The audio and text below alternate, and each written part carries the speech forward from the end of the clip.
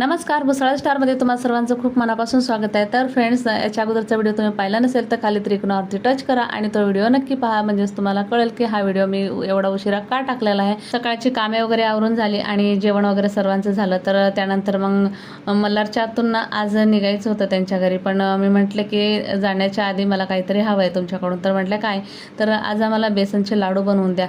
तर म्हटलं ठीक आहे, त्यांना किती वेळ लागतो, खूप वेळ लागत नाही, तर चला म्हटलं बनवून द्या, कारण की मल्हारच्या आतून खूप भारी जमतं बेसनचे लाडू, खूपच टेस्टी बनवतात आणि खरंच त्यांच्या हातामध्ये खरंच अन्नपूर्णाच आहे साक्षात।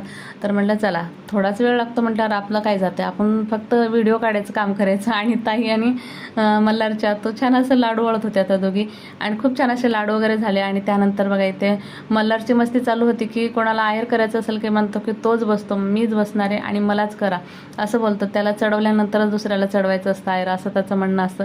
त्याचप्रमाणे करावं लागलं। आणि त्यानंतर मग इथे मल्हारच्या आतून इथे साडी ओटी दिली आणि ओटी वगैरे भरली, कारण की साडी नाही नेसणार बोलल्या, कारण की प्रवासात खराब होते।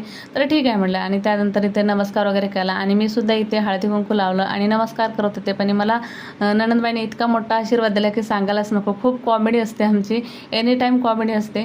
तर मी म्हटलं एवढा मोठा आशीर्वाद नको मला, 2 आहेत तेवढेच बस आहेत, तर तुम्ही समजून जावा काय आशीर्वाद दिला असतील त्यांनी। तर चला म्हटलं आता मग त्यानंतर इथे नवरीबाई पहिल्यांदाच आल्या होत्या, आणि कसं आहे की पहिलीच दिवाळी होती त्यांची। तर म्हटलं की साडी नेस ग बाई, म्हटलं तर नाही, म्हटलं की घरी गेल्यानंतर नेसते, म्हणले ताई घरी गेल्यानंतर नेसते, तर ठीक आहे म्हटलं। तर माडीवरती साडी दिली आणि ओटी वगैरे भरली आणि हळदी कुंकू वगैरे लावलं आणि त्यानंतर थोडंसं फोटोशूट वगैरे केलं।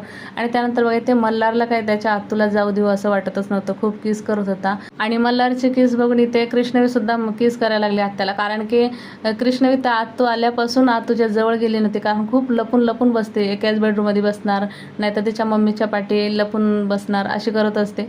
पण जाते वेळेस खूप स्ट्रॉंग झालेली आणि किस वगैरे करत होते आणि सगळे बाय बाय वगैरे करत होते।